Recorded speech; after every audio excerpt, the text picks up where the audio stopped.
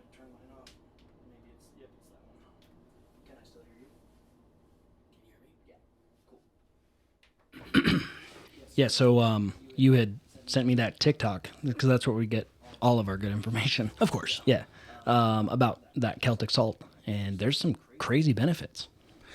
Yeah. The more I look into it, the more it hydrates the body like it's never been hydrated, and then all those minerals that you add Yeah. to it. So Yeah. where else are you getting those minerals nowadays? Yeah, exactly. There is a company called Trace Minerals, and that's a good one. Okay. They get their salt out of like the Great Salt Lake, Oh, okay. so the salt flats. Yeah. And that's good stuff. But other than that, I mean, you have to get sea salt from the ocean. Right.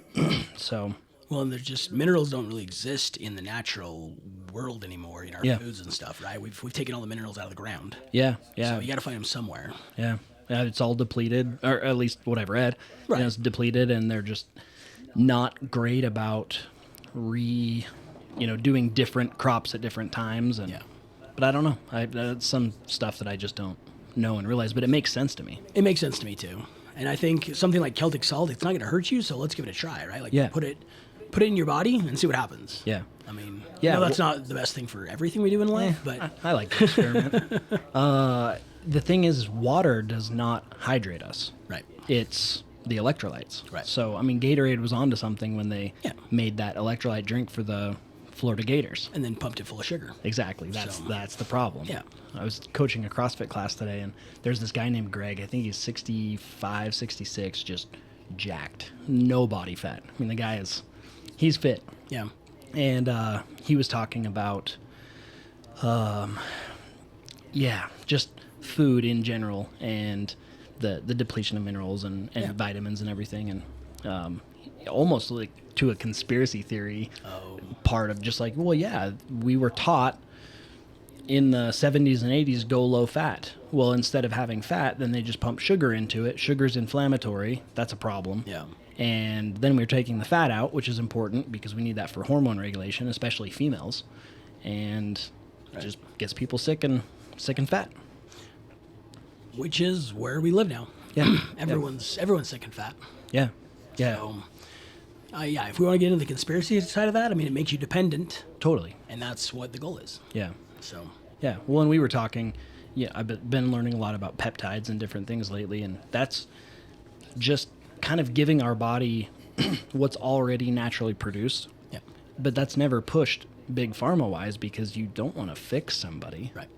If you fix them, then they're not on blood pressure medication and statins and Absolutely. You got to keep them dependent Yeah. on the monthly drug. yeah. So, Yeah, and growing up, and this is no fault of parents. It's just because they didn't know either. I mean, so I'm not saying our parents. I'm just talking in general. Parents aren't teaching their kids nutrition. They're not saying, "Hey, eat meat and vegetables, nuts and seeds, some fruit, little starch, no sugar." right.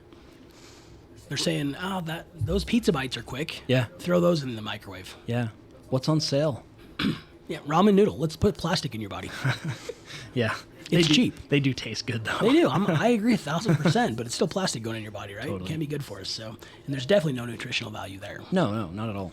So, a little bit of salt, some plastic, and see how you do. Yeah, yeah. It's interesting. I like all the flavors except for the shrimp flavor. I just can't get over that. I only like chicken. Yeah. Yeah. Yeah, I like them all. And the Oriental, the blue one, it's good. Interesting. I probably have had ramen twice in the last decade. Yeah. I don't eat it very often, but we have it in the house for the kids, of course. Yeah, for sure. Well, it's easy. The kids get home from school and, well, I don't have time. We've got this and this going on, so DoorDash some pizza. Yep. That's why crock pots are so good. Crock pots Keep are them amazing. full of stuff. Yeah, and air fryers. We don't have one of those yet. They're pretty good. Yeah. Kira's figured some good stuff out, and Stan Efferding went down with him in last spring, and he cooked us some food and just got a hamburger patty and threw it in the air fryer for 8 minutes at, I don't know, like 250 or something. Yeah. Just like perfect hamburger patty. Nice. So there are ways. Yeah, I'm sure. You just got to spend the time to learn it, and then you go from there. So, What's been good for me lately with sweets is that Ninja Creamy. So you pretty much take whatever you want. It could be high protein chocolate milk, or you could make a protein shake, and then you put it in the freezer for 24 hours, get it out, stick it in the Ninja Creamy, hit the button, and it makes you ice cream. It's amazing. And I don't like sweets. Yeah, see, I don't even crave them. Do you crave salty? Do you crave Yes. like savory stuff? Yes. Okay. So like Dots pretzels. Yeah. I would crave those all the time. Yeah. Even when I'm eating right, I crave something like that. Interesting. So Well, maybe adding that Celtic salt will change that a little, because then Possibly. you're getting more. It's like when pregnant ladies are yeah, they want dirt. Right. Like, well, you're probably depleted of minerals. exactly. So Yeah. Yeah, we'll have to try that and see. I don't really crave a lot anymore though. I actually crave like chicken and rice. I crave it. that's awesome. So yeah. That doctor that I've been seeing up in Driggs, she's really big on gut health and nutrition, and Okay. she talks about how we have so many different bacterias in our body that crave certain things. Yeah. That if you just get rid of those certain things for 6 weeks, you don't have those cravings Yeah. anymore. So it's the bacteria that wants the sugar. Well, it's like the sugar, right? So it's the parasite in the brain Yeah. that craves it, right? Yeah, something along those Yeah. lines. So once you starve that parasite and it leaves your body, you no longer crave what it wanted to live Yeah. off of. So I gave up sweets early on, and now that I really I like Reese's peanut butter cups, but that's about it. Yeah. Oh, yeah. And I don't even like them anymore. Really? They're gross. Weird. Yeah. I tried one thinking, oh, I love these things, and they're gross. Maybe you got COVID and it changed your palate. Maybe. I probably got it 4 or 5 times. Yeah, I don't know. Reese's might be one that I just never Yeah. give up. I was fully expecting it when I had that Reese's egg, 'cause Oh, they're yeah. they're even better because Yep. they're fresh and there's more peanut butter. Yeah. Hated it. Yeah, the peanut butter to chocolate ratio on those are incredible. Yeah. I talked to Hershey's. That is why Really they put more peanut butter in. interesting. Yep. And they're fresher because it's a holiday. Oh, okay. So those two things make them better. Yeah. Well, their marketing is on point, which is probably the problem. Yeah. They're like, hey, we added Reese's Puffs into these ones. Yeah, exactly. Cool. Like I need more Yeah. that. Okay. You added salted Well, chips. potato chips. Yeah. Potato chips. Yeah, it's amazing. So, how long ago did you start to not crave those things? Probably around the first of the year. So I cut it out back last November, and probably around the first of the year I didn't crave them anymore. In fact, I purposefully stayed away from sugar. So if it was found natural in some food, I ate it. Yeah. But I purposefully stayed away from anything with added sugar until I had that Reese's egg in like April. Yeah. And so I hadn't really had anything like that for 5-6 months, and it was disgusting. That's cool. Yeah. So you've had a pretty significant transformation over the last couple of years. Yeah, definitely. So It's been a journey that I've tried to take many times in my life. yeah, So- which I think is a very common thing. I think that's just everyone experiences it, right? For the Yeah. most part, very few people don't go through some sort of a fitness journey Yeah. in their lives, and I think we try everything, and nothing ever works. Yeah, So we continue to try more things. for sure. Yeah, and I don't know if it's that nothing works; it's that we don't maybe give it the time that is required. And I will say this: whether we give it the time or not, what we don't give it is the mentality to make it successful. Yeah, So the last time I made the change, it has nothing to do, in my opinion, with the lifestyle changes I made. It had to do with simply my thought processes around that change. okay, I no longer, I didn't live and die by what the scale said. I didn't Yeah. live and die by the results. I lived and died by the process. Okay. Knowing that the process was going to be consistent no matter what the results were, Yeah. and that I was going to be happy with whatever results I got. And that was really the change for me, was the mental side of it. Yeah. So when people say, what have you done? I'm like, oh, intermittent fasting is great. The truth is, if I had the same mentality, the first time I got on the scale and didn't lose weight, I would have pigged out yeah, and said, screw it, I'm not going to fast for 18 hours. I'm going to eat all day long. yeah, So that was probably the change for me, was after all these fad diets, and I've tried it all. Yeah. I injected like a pregnant woman's hormones into my yeah. stomach. The at one point. HCG. Yeah, I did that. That can't be good for you. No. But I did it, and I did keto, and I did Atkins, and I did anything you could imagine. Yeah, And of course, none of it worked because I was in the wrong mental state. that makes sense. So I do want to get into mentality more, but bring us clear back, like high school, and high school on, like kind of that journey, because it takes some quote failure in order Yeah. to stimulate the success. Yeah. So I mean, high school, I don't think I was ever. I was probably a little bit chunky. Pretty. I enjoyed sports and stuff, so I was pretty active. Left to serve an LDS mission, weigh in, I don't know, but 190 probably. Yeah, Left the MTC, weigh in probably 210, because they have this like chocolate milk that you can So chew. good. Yep. It's amazing. So great. Went and served, was out for probably 18 months, continually gaining a little bit of weight, not too much. Finally, with about 6 months to go, said, I need to go home in shape. Yeah. So started eating a lot of fruits. Didn't eat after 6 p.m., not knowing what I was doing. It was just, this works. Got up every morning and ran, and got home from my mission in 1997 at 172 pounds. Cool. So felt like I was there. Yeah. I got up every morning and ran 5 miles Yeah. at 21 years old. And it was great. This was June, July, August of that year. Then it snowed. And running 5 miles no longer was fun. Yeah. And that was really the beginning of the end. Like, then I just I wasn't as active anymore. Whatever happens in the body happens. And I slowly gained weight. I couldn't tell you exactly where I was at each year. All I know is that the highest I got to was 340 pounds. Yeah. So in that time, from 172 to 340, there was several different attempts at yo-yo diets and roller coaster diets and roller coaster weight loss. And I would lose 20 pounds and I'd gain 30 back. Yeah. And I'd lose 40 pounds and I'd gain 60 back, until finally gaining that final number of 340.2. Yeah. So there was always something that worked. Like, every diet worked Yeah. for an amount of time, right? Mm-hmm. And so I learned that. I learned that whatever I did would probably work. But what I learned was that it eventually wouldn't, and I would gain it all back. So what was it at that number? 340? 340, I don't know what it was at that number, but I said, so before that, I lost about 70 pounds. I went from about 300 down to 230, and I worked my ass off. Yeah. I was in the gym every day on the elliptical with everything turned up, like incline, resistance, and I would just leave a pool of sweat underneath me. Moses Kinney, he was on The Ultimate Loser, or The Biggest Loser on NBC. Yeah. Him and I would work out side by side, and it was disgusting, the amount of sweat on the floor from us two big fat men. And I worked my butt off to lose all that weight and got down to 230, and I maintained for quite a while, a little bit of bouncing here and there. And then when I got back to that 340, I knew the journey I was going to have to take, and I didn't want to take it again. Yeah. Because I knew how hard that 70 pounds that I had lost was. Yeah. And so at that point, I said, okay, I'm going to take the easy way, and I'm going to go get surgery. I'm going to get lap band or whatever it was. Went through that whole process. Now, by the way, anyone who's listening to this and had that, it's not the easy way. I know how hard now that I've heard about it. But that, for me, that was the easy way. I'm just going to make my stomach so small that I can't eat everything I want to. So I went through that entire process with the doctor. I had to lose a bunch of weight. I had to go through mental testing to make sure I wasn't like suicidal. Yeah. Right? All the way to the point I had to lose some weight.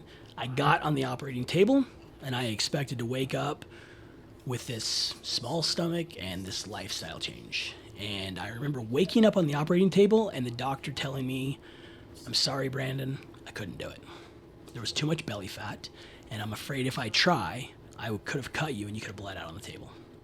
So, like, punch in the face, right? Yeah.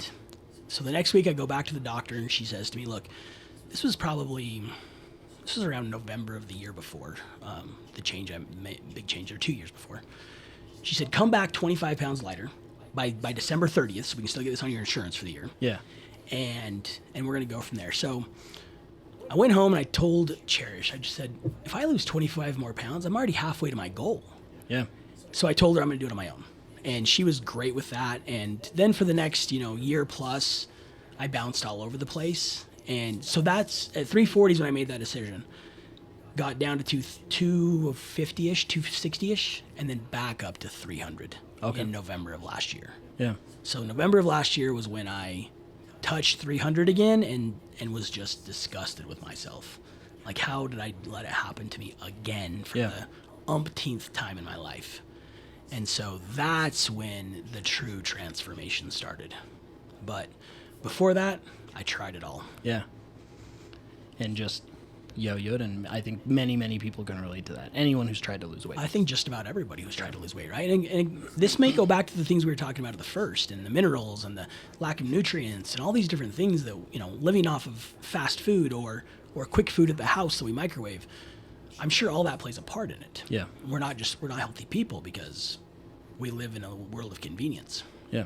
So for me, it was like I had to make a decision on what I was going to do. And when I was losing the weight for the doctor, I was doing intermittent fasting. So I knew that was a process that worked for me.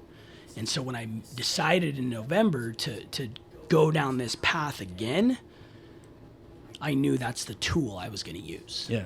But lucky for me, I've spent the last decade plus of my life down the mentality road. I coach baseball where we talk about mentality. I read books that talk about mentality, right? All things I taught people, didn't apply it, but I taught it. I'd spent several years in a row going to a baseball camp with my son and then putting them on in Southeast Idaho with a guy from the Dominican Republic. And he gave us a band around our wrist that says, "Get your mind right," GYMR. And he talks about it all the time. And for whatever reason, in November of last year, that's what sang to me. Get your mind right before you start this journey. And so that's what I did. That's cool. So what did you do to get your mind right then? Now, that part, I think, honestly, was just a decision that I made. Because I had all the tools. I'd seen all the research, all the things that I needed to do from a mental side of things. Yeah. I just don't know that I ever applied them completely. Yeah. So the decision I made that day was that no matter what the scale said every day, no matter how I felt, I was going to find a way to keep my mind in the direction of you're going to be healthy the rest of your life no matter what, because that's the path you're on and there's no other path for you moving forward. Yeah. And in the past, again, I would let that scale tell me you gained a pound. And I was in the gym, like working my tail off. So I'd get pissed. I'd go eat a piece of cake. Yeah. Or I'd go eat a cake, whatever it was. Totally, yeah. Because I was so mad about it. I wasn't going to allow that to happen this time. I said, my mental state is all that matters. Consistency in my food and how I was eating was going to be important. And it literally was just a decision I made. I wish I had the magic of what happened to me mentally, because that's what would change lives. Yeah. Well, I do believe that magic, it does not have an answer of just read this out loud 5 times a day and you're going to be okay. You actually had to go through all of that yo-yo and the heartbreak of waking up on the table without it and that sort of thing in order to produce the magic, that magic mental shift. Yeah, I agree. And I think one of the keys I use, and I still use it today, and this has kind of become one of my core beliefs in life, is be present. So the past doesn't matter. All you can do is learn from it. And too many people live in the past. And they've had some shitty things happen in the past. Yeah, for sure. So I can understand why it might be different for them. The future doesn't exist. Tomorrow's not promised. A minute from now is not promised to us. Yeah. I had to be present. So that meant that the decision I made at noon on what to put in my body was all that mattered. Not what I ate the night before, not what I was going to eat later that day, but that moment and being present in my consistency, I think was a huge deal for me. Because I wasn't jumping ahead to the next thing, and I wasn't looking back at the last thing. I was just making one decision, and that's all I had to make. And one decision to not eat until noon. And at noon, make the smartest choice I could make. If I planned accordingly, high protein, low carb. If I didn't, low calorie. Those are the only things I cared about. But I only had to make one decision. Yeah. And I think, if we want to get into the deeper side of this, that's really life. Just be present. And if you can do that, you only have to make one decision at a time. Yeah, that makes a lot of sense. Which is probably difficult to do in today's world when it's, hey, I sent you that TikTok. Did you watch it? Yeah. I was scrolling Instagram. Which is interesting because as I've gone through this process on the lifestyle change, I've also noticed like a couple of years ago, if you sent me a text, it was responded to in a matter of seconds. Yeah. If you sent me a TikTok or an Instagram, whatever. Now, there's times where I go several hours or days without responding to stuff. Yeah. Because I'm not presently doing that. Yeah. Cherish and I were laughing about this the other day. She had sent me like 10 TikToks, right? And they were all there together. I hadn't seen any of them yet. Yeah. I hadn't been on TikTok for 10 days or whatever. Yeah. And before, I wouldn't have allowed that. I would have like immediately checked. Gotta Someone sent respond. me something. I got to let them know. And I guess part of that is I care about me more now Yeah. and less about what other people think. I still care. I still want to respond to them. I still want to give them what they ask for, but I don't have to respond immediately. And again, part of that being present. Yeah. So- Well, and how you do anything is how you do everything. So Yes. you're being present in food. Well, that's going to translate to being present in other parts of life. In everything. Exactly. Yeah. Right. So, yeah, I think as I've gone through this, I've learned what my core beliefs are, and they've all translated in some way into my health journey. So, I think as people go through this, they got to learn who they are, and the more you know about yourself, the more successful I think you can be. Again, I say think because I don't know. Yeah. It worked for me. Whether it works for other people, I don't know. Yeah. Well, okay. If you look at, I'm trying to think of all the mega rich people that I know. None of them are crazy overweight. Maybe a little tiny bit. Yeah. But I don't know. I mean, that might be linked right there. And then I'm trying to think of like church leaders. I don't know of any that are super overweight either. Like, I think it all translates. It's all there. If you're learning to take care of your body, you're now learning to take care of the vessel that holds our emotions and our mental state and our spiritual self and, all of that. Yeah. I mean, you're probably exactly right. So again, how you do anything is Yeah. how you do everything. And if I was always worried about responding and having answers, I mean, that happens now in just conversations. I don't listen to respond anymore. I listen to understand. Yeah. And if I can understand, then I can respond to you in a way that makes sense, which is probably going to be a question because I don't like to give you answers anymore. Again, all part of this journey and things I've always thought about and read about, but never done.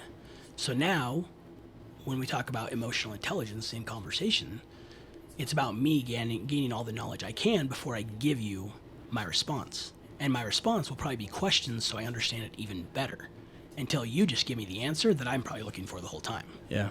And I think that's just part of becoming a leader in everything we do. Yeah. And the first place I have to lead is myself. Yeah. Well, and that is also the natural coach in you. You don't want to give the answers because no one's going to, if you tell me like, hey, write in your gratitude journal every single night and your new goal is to write down 10 things that you want to become, I'm like, okay, I'll write those things down for you. But if you're grilling me, I'm like, I don't know, maybe I could write down 10 things that I want to become. Now it's my idea. Now I'm invested in it. Yeah, instead it's hey, what are some of the things you're grateful for today? Have you ever thought about writing those down? And then a few days later, I'm like, hey, what did you write down the other night? Right? Yeah. Like it's your idea. So Yeah. I actually just got finished doing a training where I talked about this. Like, if I say it to you, it's a lie because you don't have to believe what I say. But if you say it, it's the truth. If I come in the building and I say, hey, the sky is purple, you're like, shut up, it's not purple. Yeah. You're an idiot. If I walk outside and look at it and it's purple and I say, oh, you're right, it is purple. Now it's the truth. So as leaders, we have to get other people to give the answers to themselves and not give them the answers. Because again, if I go back to my health journey, it has nothing to do with the answers Atkins gave me. Yeah. I'd have just eat a lot of meat. That didn't do me any good. I had to find the answers for myself. And that's why at times I'm very worried about giving someone what I've done to lose all the weight because I'm not sure it's going to work for them. For sure. And so it's a lie to them until they actually use it. And Yeah. again, what worked for me might not work for you. Yeah. But what I do know will work is the mentality side of it. For sure. If you have that, then you'll be successful no matter what vessel you choose or what path you choose to become healthier. Yeah. Yeah, I like that a lot. So how many pounds total have you lost? 135. That's amazing. And 95 of that is since November. Cool. So since the mentality shift, Right. it's 95 of that. Right.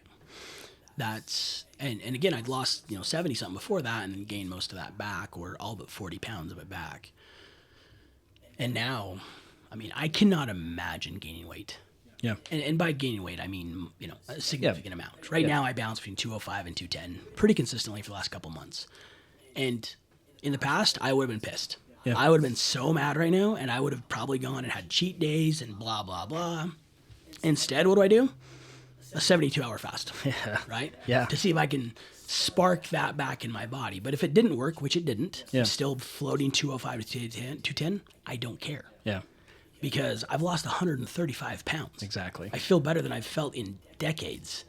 I look better than I've looked in decades. I look probably 10 years younger than I did in November. Yeah. So I don't care that I'm hovering at 205. It's called a plateau. Yeah. I will break through it. And I've had a few plateaus in this process. So I don't worry about it. And I don't care how long I'm there because I'm going to continue to be consistent, be present, and do the things that work for me. Yeah. And those things that you're trying out, like the 72-hour fast, even though it didn't break through the plateau, the health benefits are incredible. And we all know the health benefits of eating high protein and eating vegetables and eating the good things. Yeah. You know, it's pretty crazy to eat those things. And then, like you said, the Reese's just didn't taste good. Right. Sometimes I'll think the Reese's does taste good, but I don't feel good 2 hours later. No. I feel sluggish. Like, what am I eating that's making me sluggish? Probably Diet Mountain Dew with sugar-free peach and mango. Yeah. Yeah. If I will say this, like, I think intermittent fasting is great. And I think that there's a lot of tools out there. But I will say this, if you can go fast and do a significant fast, 72, I did a 5-day fast when I started this process. I went 5 days of nothing but water, Powerade Zero, so Yeah. still had some stuff there.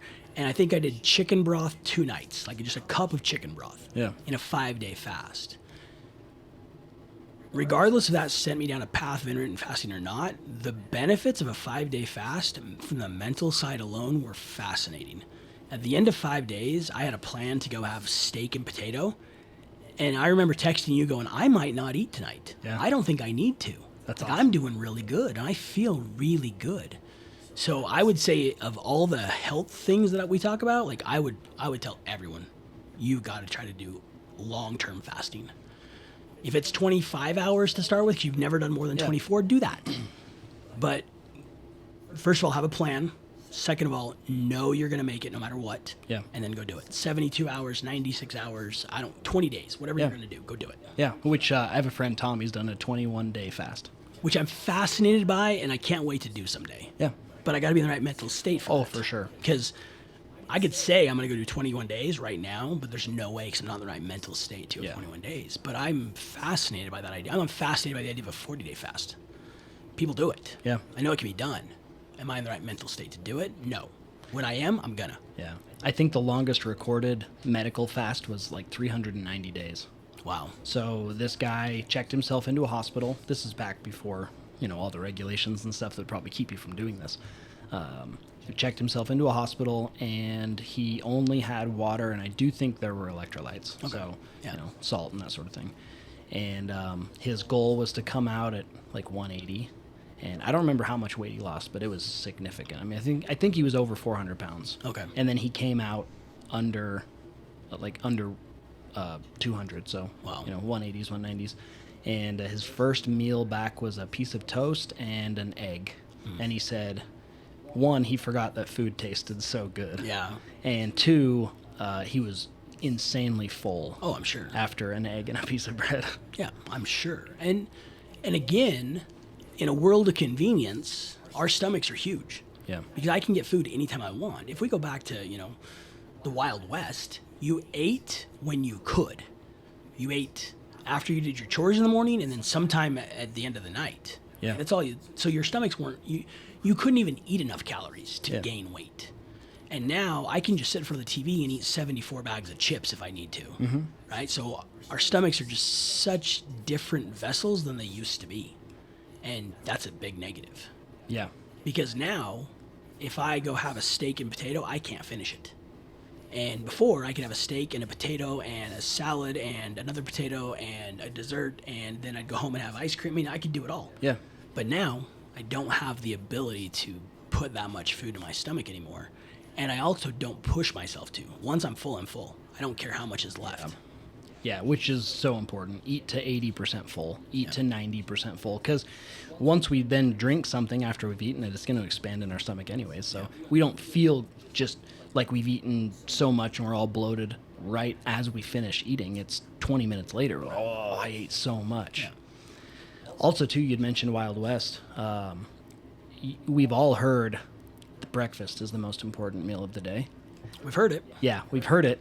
It was a marketing ploy that was done in the 50s and 60s to get people to eat more bacon and eggs. Now, I'm good with bacon and eggs. Yeah. I think those are very important. Yeah. But the sales numbers were down. So, I don't know, maybe there's not anymore, but big bacon and big egg companies hired this guy, and he was also the guy that pushed sugar, which is interesting. And he came up with this whole most important meal of the day thing, and then he got a whole bunch of doctors on board. Yeah. And they said, yes, it's the most important meal of the day. It's never been the most important meal of the day.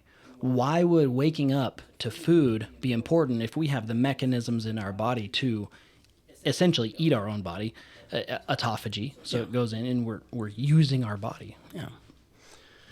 And I haven't had breakfast in 9 months. That's awesome. I mean, I've had breakfast food. Yeah. And there are days where I'll have something going on in the morning, so I'll eat breakfast and lunch and won't eat dinner. But Okay. I mean, I haven't needed breakfast for 9 months now Yeah. because it's not the most important meal of my day. Yeah. The only important meal of my day is the one in front of me. Yeah. And I don't have one of those till noon and then 5:30. Yeah. It's really cool. Well, and then if people do eat breakfast, I follow this doctor, I don't remember his name, doctor something. He says, don't be a kid anymore. Like, you don't need cereal. Yeah. Like, cereal's for kids, and even then, they shouldn't be eating it. But you're an adult. You can eat some eggs. Yeah. And those people out there that are eating 5 to 10 eggs a day are some of the healthiest people on the planet. Absolutely. Even though we've been taught, well, eggs have cholesterol. Right. So if you eat cholesterol, you're going to have high cholesterol. Or we eat cholesterol, and our body doesn't need to store that cholesterol. We don't need to have it floating around in our blood. Yeah. There's what we've been told, and then there's what actually works. Yeah. And so, again, it's probably different for everybody, but for me, I could live on an omelet a day. Oh, Sounds terrific to me. Do a 6-egg omelet with a little bit of bacon in there and some sour cream probably, and I'm good. Yeah. I could just eat the one meal a day and be stuffed. So, Have you found any foods that kind of tear you up or make you feel crappy after you've gone on those fasts and come back to food? yeah, just about everything. Yeah. I mean, if it's not a natural food, if it's not a whole food, I guess is the way we put it, then that's gonna get me every time. Interesting. So I can do white rice. Yeah. I do really well with rice, and it never affects me in any way. But if you throw a lot of carbs in there, you throw sugar in there, I'm gonna feel like crap. So I break my fast usually with a steak, or I'll do steak and rice, or chicken and rice, and that's usually how I break my fast. Cool. Yeah, well, rice digests so well. In the vertical diet, Stan Efferding's diet, white rice and sweet potatoes, they're a staple. Okay. Like, that's really where you get your carbohydrates. But I've heard white rice is so bad for me, so yeah. Well, yeah, it's tough. Who knows what to believe, but I believe my body. That's yeah, what I've gotten to the exactly. point. So I Yeah. do really, and I crave it. I crave chicken and rice every day. I crave steak and rice. Like, that's it. I don't crave anything else. that's cool. Yeah, no, I think that's great. I mean, with white rice, you're not getting nutritional content out of it. But you're having an easy digesting carbohydrate. And so I've even heard and read things about how white rice is better for you than brown rice. Yeah, I've heard that. I mean, Because when it's bleached or whatever, some phytogen or some anti-nutrient is taken out, and then it digests better. Who knows? yeah. But Yeah, I don't know. being in tune with yourself enough to know, hey, white rice is very good on my stomach. Yeah. And chicken's great, and steak is amazing, and sweet potatoes are good, and Yeah. so's your occasional Idaho russet. Yeah. That's perfect. And what's crazy is that we spend our whole lives eating food that makes us feel like crap, Yeah. and we're okay with it. Yeah. I wonder, though, if people literally go through their whole life not knowing that they feel like crap. It has to be that, doesn't it? Because think so. once you know, why would you continue to do it? Yeah. And again, different mental state, Totally. whatever works for me, but I'm not going to go eat something now that makes me feel like crap. And I love food. Okay, so Yeah. I mean, what the conversation we're having right now, I love food. I am a huge fan of good tasting food. Yeah. But I'm willing to give up taste for the lifestyle that I have. For sure. And I know, like, mom and dad always talk about, and I don't remember even saying this, by the way, but mom and dad talk about it all the time. They say that I said to them, I used to live to eat, and now I eat to live. So now I eat for sustenance, Yeah. for energy and the ability to stay alive, And before I used to be like, oh, my next meal, what can I have? Ooh, this looks good. Yeah. So I'm the leanest I've ever been, but I still live like that. I mean, I'm thinking just barely. I was like, ooh, what can I have? I'm going to go over to the pit barbecue, and then tonight I'm going to go elk hunting. So what do I get on the way there? Because I'm still there. Interesting. Yeah. But now we live completely different lifestyles. I mean, you are way into fitness and you're always working out. I don't really go to the gym. Yeah. So that's the other part that blows people away, right? I've lost 135 pounds and I don't go to the gym. Yeah. I go on, when I'm doing good, and it's not every day, I try to do 3 10-minute walks a day. Cool. Something I learned from you, right? That's it. I mean, I've lifted lately. I've started thinking I need to build some more muscle and stuff.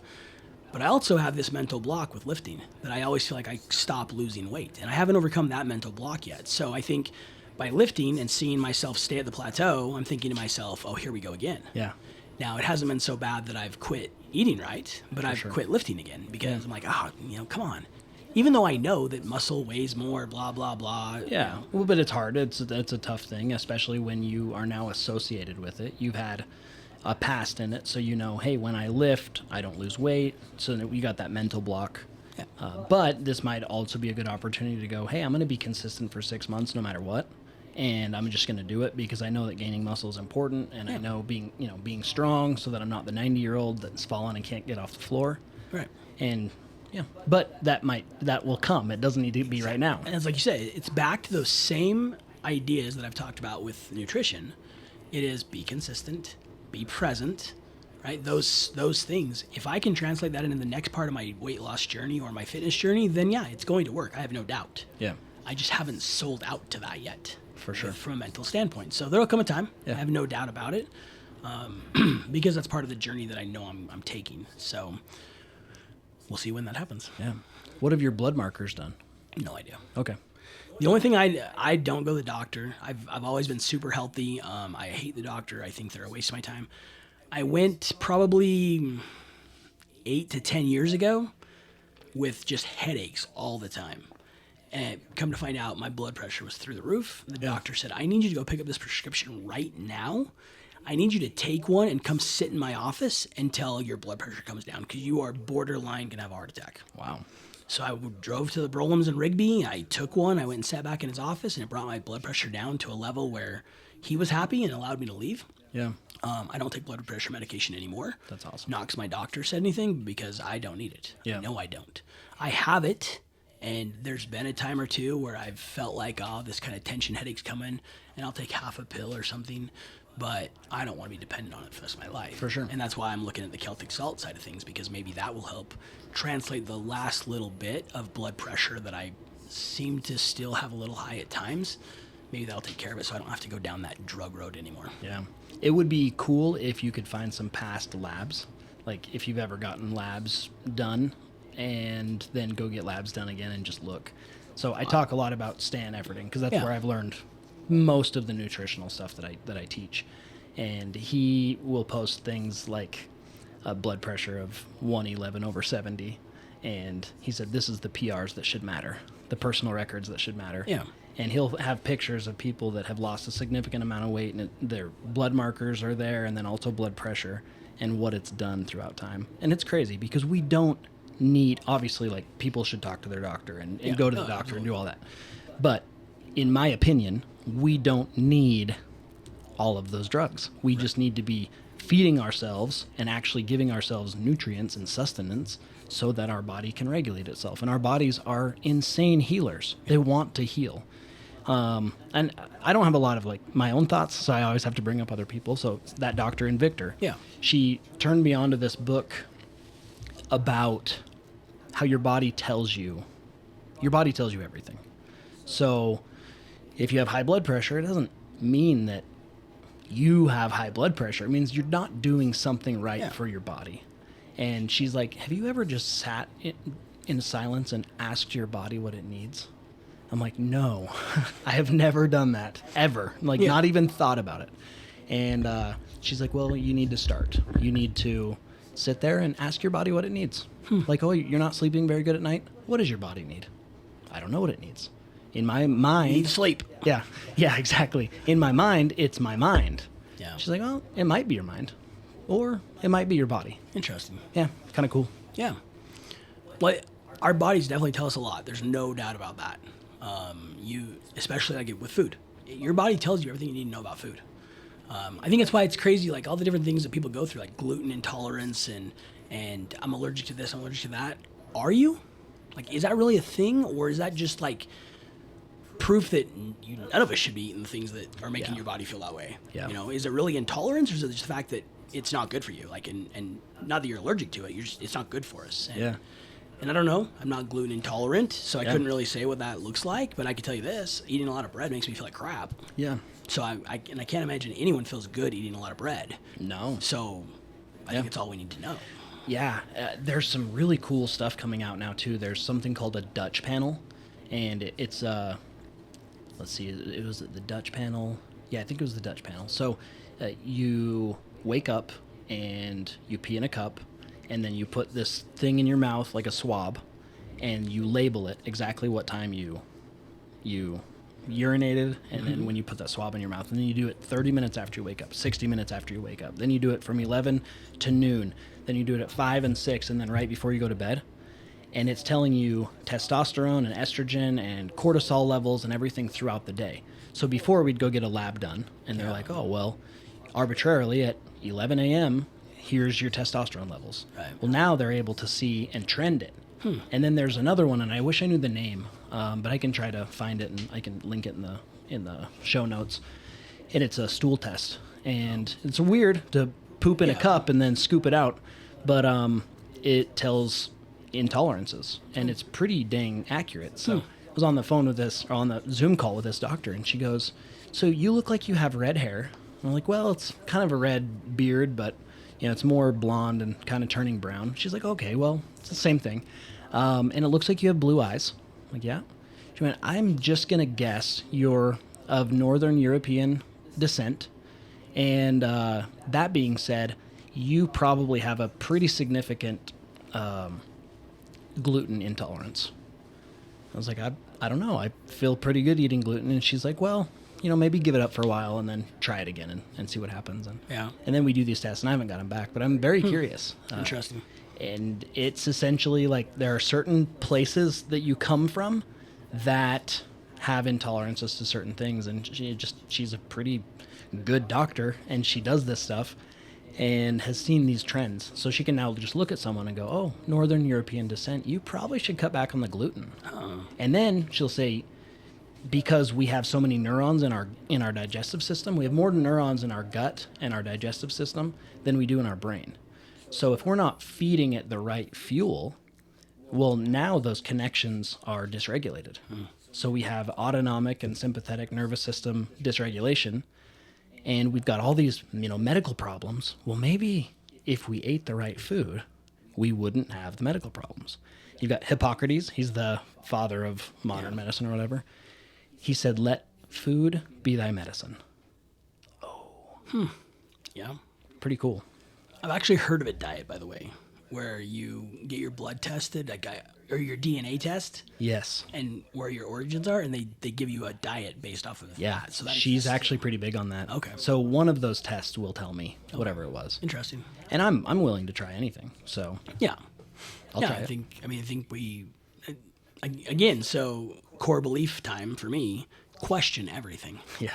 So question everything, including everything you've ever been taught or believed, and then test it for yourself. And, For sure. And it'll either strengthen your beliefs or it will change your beliefs. But question everything. And so the more knowledge you get, the more you can question, and the more you can make decisions for yourself. Yeah. Based off the knowledge you have. Yeah. So And those decisions are going to carry clout in your own mind. absolutely. But if she were to say, "Stop eating gluten," Right. well, I don't want to stop eating gluten. Don't tell me what to do. Yeah. But here's a test, and you tested that you have a gluten intolerance. Yeah. Which I didn't know this either. But if somebody never ate gluten, they would never get celiac. Oh. So it's not like you're born with celiac. You actually get it over time of eating gluten when you have such an intolerance that then you have celiac. And then if you have one autoimmune disease, you likely have 3 or 4 others. Gotcha. But you'd never get there if you never ate gluten. Yeah. Kind of interesting. Right. Or dairy. What does dairy do to you? I don't eat a lot of dairy. Never have. Never liked milk, but I've heard a lot of stories Yeah. about people and their intolerances to dairy. But I really couldn't tell you what it does to me because I just don't have it very much. I couldn't even tell you the last time I had a glass of milk. I don't really drink milk, and I never have. I guess I'd have it in cereal once in a while. If it had sugar in it, it probably tasted good. Yeah. I don't know. Yeah. That's some of the best milk after Fruity Pebbles and Tricks. Exactly. Yeah. I mean, they should just make milk like that, right? I think they do now. They probably do. But yeah, so for me, I couldn't really tell you what it does to me because I just never really like milk at all. I think it's because I grew up with skim milk in the fridge, so I didn't touch the stuff. Oh, yeah. Yeah, that light blue crap. Yeah. So I know you're living more in the present moment, but you are still a goal-oriented person. So what are your short-term and long-term goals with all of this? That's interesting because I actually don't have any goals that are in the future. Cool. It is literally that today at 5:30 I will eat the right food for my dinner and I won't eat after that. I guess with that being said, I would like to get. I used to say I want to get under 200 pounds.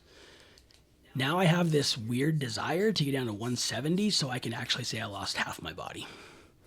That's cool. So it's not necessarily because I think 170 is a magical number for me, but I'm like, if I lost half my body weight in the last couple of years, I think that would be a pretty impressive thing to do. Yeah.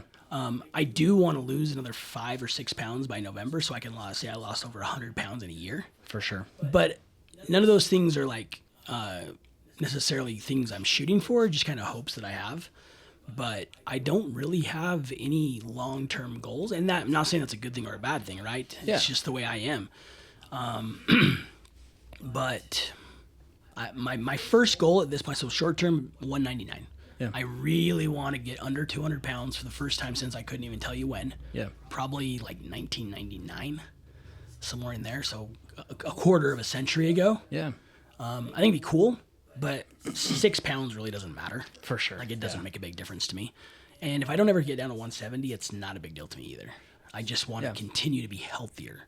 And so, while I haven't lost any weight in like 2 months, I know I look thinner. Yeah. I think part of that is my body is adjusted, my skin's probably tightened up and some stuff. But I have people every day go, "You're still losing weight." I'm like, "No, I'm not. I haven't for 2 months." Yeah. But I think that things have changed in my body to get used to being that much lighter, and so it looks like I've gotten thinner as well. Yeah.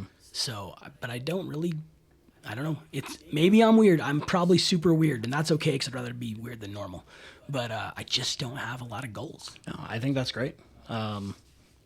Because I say that's great because of the present that you're living. Because I think that's something that's missed. I mean, I know I've missed it. I've been way more present lately than in the past, which has helped me overcome many things. Yeah. But that's kind of cool, actually, that you just live so in the present. And you're like, well, For me too, like sometimes goals are just setting yourself up for disappointment. yeah, And I get it. Like, shoot for the stars, land on the moon, that whole mentality, I get it. Like, you want to be great. And I think that is great. I think if I were to give you, like, my long-term goal in life, I want to leave a legacy behind. Yeah. I want to know that when I'm gone, the things I said, did, and taught to other people continue on. And that they're different people because of our time together. So that's kind of my only long-term goal I really have in life, is to be a person who leaves a legacy behind. And that legacy can easily just be my family. It can be just some people I've worked with. I don't really care. Yeah. Kids I've coached. But I want there to be some sort of a legacy there. yeah, But other than that, if I set the goal to be 199 by next week and I'm at 201, that is just... yeah. It's mentally wrecking. Now, with that being said, you have to celebrate all the wins. Yeah. And that's a different mentality that I've gotten as well. You have to celebrate everything. Every little win has to be a celebration. And I remember probably, 10 or 12 years ago, I went to a seminar, and, you've already given one quote by him, so Harv T. Eker, Yeah, or T. Harv Eker.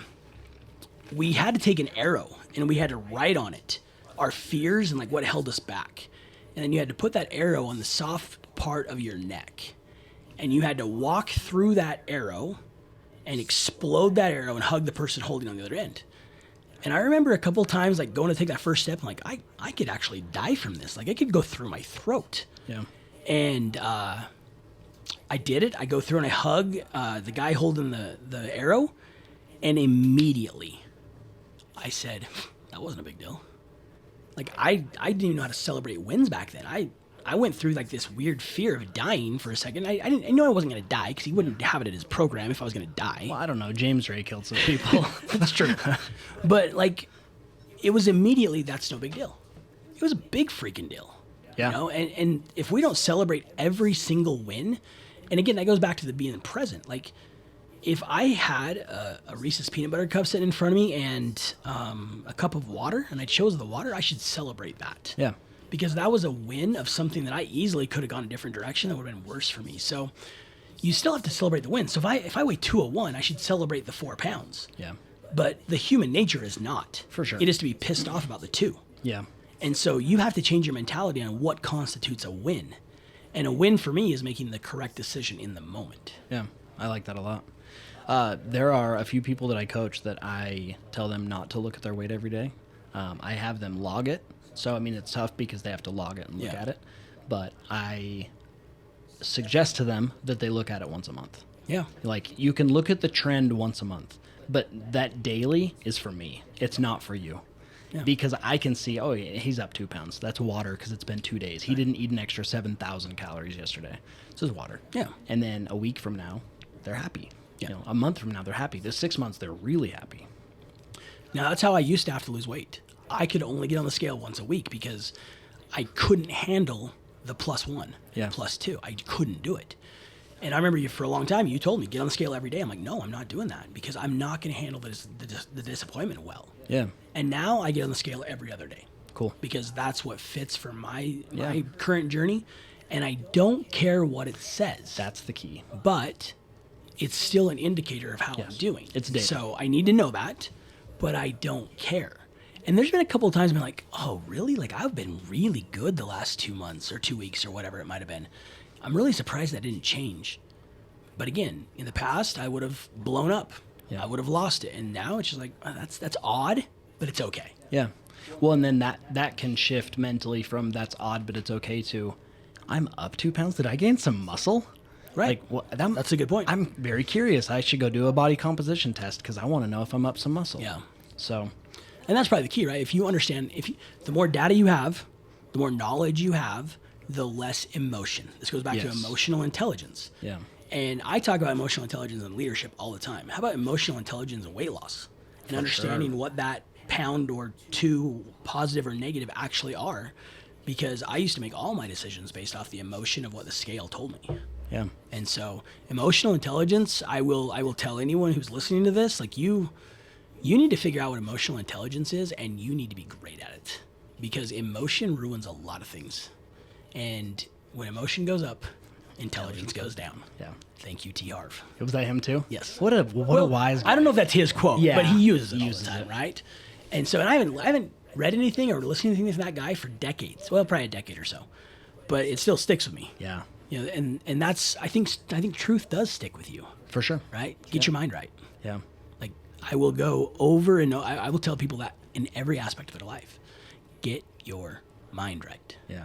And for me, that's Nate Trosky. Like he's an infield coach in baseball, and he teaches get your mind right. That's cool. But it translates to everything. Yeah. I'll say how you do anything is how you do everything quite often. And we had an individual that we know, and they were like, that quote is not true. Like, it's not true in my life. And I'm like, well, just because you haven't learned it yet. Yeah. You know, it Exactly. is true. It's a very true principle. It's just then you got to look at everything. You got to look at your relationships. You got to look at your how you are as an employee. You got to look at, and then you start to look at it and you're like, oh yeah, how you do anything is definitely how you do anything. So much truth to that. And I will even say relationship. Like Cherish and I are in a better place than we've ever been. And I mean, that's probably because I was a jerk for a long time. And I've finally figured out to be more present, to be, in the moment when I can, to actually show her that I care. And again, that's a byproduct of a mental state that I put myself in to lose weight. Yeah. So again, how you do anything, every aspect of my life is currently better. That's so than it was in November. Yeah. Not because I lost 95 pounds, but because I changed my mentality. I like that. That's powerful. That's good stuff. It can be, right? Yeah. It can be very powerful if we can figure it out. Yeah. Again, I wish I could just tell people how to change that mindset. But everyone's so different. Yeah. And their background and their upbringing, it's so different, right? Everything about your childhood made you who you are. Yeah. Your socioeconomic upbringing, the amount of love that was in the home, the way your parents treated each other, the friends you had, the teachers you had, all of that made you who you are. And it now makes you learn and see things differently than the rest of it. It's all about perspective, right? Yeah. I can't change someone's perspective necessarily until I completely understand them first. And the first person you have to understand is yourself. Yeah. And I think when you get to that point, that's when you can start to make changes. And then you just hope that something you say helps someone else make that change. Yeah. Which it does way more than we believe. You know, I mean, I know there's been people that have reached out to you that are like, hey, how are you doing this? Yeah. Like, this is incredible. Or, you know, there was one or two that was a group in between both of us. Yeah. It was like, hey, guys. And I'm like, well, hey, I can teach you some nutritional stuff, but you got to talk to Brandon about the mental side. Like, But again, how do you teach it? exactly. How do you It's tough. teach the mental side? Because if I could do that, and I'm talking in everything now, so like coaching, if I could teach my baseball players the mental side of the game, they will be 1,000 times more successful. And all I can do is give them the tools. Yeah. They're the ones who have to figure out how that works for them. If I can give you the mental side of a weight loss journey, all I can give you is the tools, the be present, the be consistent, those things that I've done. Now you have to figure out how to make that a mental change. Yeah. I wonder if you just do come up with some of those principles, though, and throw it into a book. Because, I think there's power in that, and I think, you know, I've thought about that before. Like, my journey can inspire other people. Yeah. I know that. Yeah. Because other people's journeys have inspired me, whether they were a weight loss journey or whether they were transformational in their mentality. All those things, of course, they affect us. But the key is, like, how do I take the principles and the tools that are effective to me and make them effective for other people? yeah. And that I don't know exists. Now I think you can pretend like it does. Yeah. And you can go sell a book based off of your, Yeah. your what you pretend. But the truth of the matter is there's not a book that either of us have read that has changed our lives. Yeah. But there's some concepts in those books that we've taken internally and now made it a bigger deal for us. Andy Andrews, you know, one of my yeah. favorite of all time. So good. You read an entire book. I don't know. So if anyone's never read this book, I'm about to ruin it for you. The Final Summit. At the end, it's 2 words. Yeah. It's 2 words that matter. And if you don't do something, then everything's going to end and ruin. Yeah. So do something. So I guess that's, you know, did that book change my life? No. But in November of this year, what did I have to do? I had to do something. Right? And for me, that was mental change. And then diet after that. So we can pretend like the things that are in a book changed our lives, but they didn't. They just gave us a tool. And then if we decide to use that tool, then it can change our lives. So I know there's more to it. I know there's something that can get people to that state. I just don't know what it is. Yeah. But you see it all the time. Yeah. But you're right. It's very individualized. And the successful people all have it. yeah. But how did they get it? Yeah, that's a good question. So Yeah, when I was in, I was probably middle school, one of our neighbors called me a fat ass, and I just stopped eating for a summer. yeah. And like that, although probably wasn't, you know, didn't change my complete trajectory on life, then I look at it and I'm like, maybe it did. Yeah. Because, I mean, that's my life now. Yeah. It's all health and fitness, Right. which is really interesting. And you didn't know what you were doing. No. But guess what you're doing? Fasting. Yeah, exactly. Yeah. Like Yeah. you had no purpose behind it other than like, I'm not gonna be a fat ass. Yeah. But I mean, you knew what to do. Yeah. Yeah. So innately, maybe our body knows. Yeah, We just need to ask does. it. I think it does. How often do you eat because it's time to eat? Yeah. Not because you're hungry. Yeah. Not because your body needs nutrition, but because it's time. They told me I was supposed to eat at 8 a.m., noon, and 5 p.m. because that's the most important meal of the day, the lunch, and the family dinner. Yeah. What if you're not hungry? And what if you are hungry, but you only needed a few bites, and then you felt good instead of eating all of it? Well, there's starving children in China. So eat that plate. No, that's Kira's biggest takeaway in that 3 days was that she wasn't really hungry, but she just felt like, oh, I'm in the kitchen, so I need food. Yeah. It's like, it's just a habit. Like Yeah. eating is just a habit. And then you think, like, how much money did we save in those 3 days by not eating? And how much time did I gain? You know, if I'm eating 3 hours a day, Yeah. well, now what if she's working on wedding videos? What if I'm doing a podcast? What if I can coach a class? What if I can market the business a little more? Absolutely. Pretty crazy. Yeah. If you figured out the money side alone, a 3-day fast once a month would be very beneficial. Yeah. Yeah. Very beneficial. Take that money and put it in Bitcoin. There you go. There you go. Or see if Elon will give you some more of what he's giving away. But What's he giving away? Bitcoin. Oh, I didn't know he's It's giving all away over Bitcoin. It's all over Twitter. Yeah. They all think he's lost his mind. Interesting. Yeah. Figured he'd give away Shiba Inu or Well, Dogecoin. That's what I'd give away. Yeah. But yeah, so I mean, I don't know, in a 72-hour fast. So for me, that's 2 meals a day, right? Because I don't eat a third meal. Yeah. And you figure on average, you're spending $10 to $12 for food, even if you're not eating a lot. So $25 a day for 3 days, $75. $75 that you could do what with? Go buy a book Yeah. that would help you a ton. Go give it to someone who can't afford food. Like just go drop groceries on their doorstep they have no idea where it came from, because I'm a huge fan of being the silent donor. Yeah. I think that if you can give and not get any credit, that's the life we should all live. Yeah. But you could do all that once a month if you just decided to listen to your body. It's pretty cool. It is. I like it. So just finishing up, and you've kind of said it, so it's probably just repeating, but what are 2 of the biggest lessons that you've learned throughout this journey? Be consistent. Be present. Because if I'm consistent, then I know that the success will come, however I define it. And if I'm present, I only have to make one decision, and not a decision for the next 30 or 60 days. I only have to make the one decision right now in this moment on whether or not I should eat that, or drink that, or do this, or do that. I really believe those 2 principles, for me, are life-changing. Be present and be consistent. And I think that translates to everything you do. If you're present, again, that's an easy one to me. Consistency, if you kiss your wife goodbye every day before you leave the house, even if you don't want to, because you got in a fight last night, but consistency, right? It's going to make that relationship better.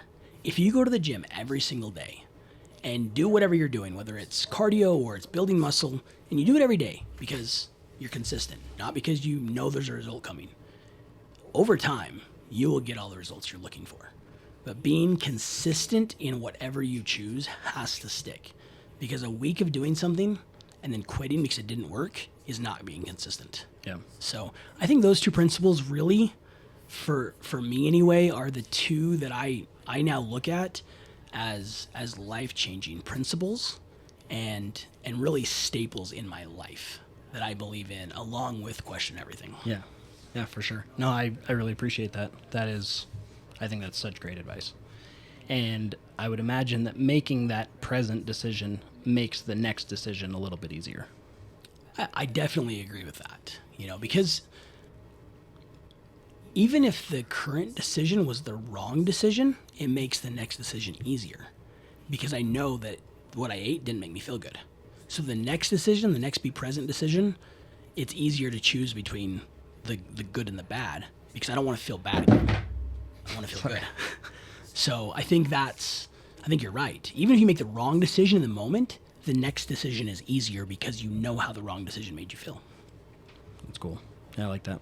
Net positive decisions. Yeah. So it might have been a bad decision, but it was a net positive. Absolutely. It's cool. Okay, well, we need to do this again at possibly 170. Sounds good. We'll see where each day takes me. Yeah. And maybe 180 is the magic number. Maybe. We'll see where it's at. But yeah, always happy to sit down and talk, because that's how we figure out a lot of things in this world. Yeah, I agree. Mastermind. That's right. Almost like someone can read Think and Grow Rich and then learn the principles behind weight loss. Interesting. Yeah. So, It all ties in, right? All tight. Well, I appreciate your time. Thank Yeah. you. And where can people find you? I mean, do you? Maybe that doesn't even matter to you. It doesn't. Okay, cool. Yeah, it doesn't. But I've got Instagram, Twitter, and Facebook, and I don't really use them for much. I mean, Facebook is a way to connect with people I've known my whole life, and I Yeah. share that journey on there. Yeah. Because I hope it helps somebody. But really, other than that, you know what? I hope you just see me in the street. And Cool. That's good enough for me. Cool. That's awesome. I appreciate it, and we'll see you soon. Thanks.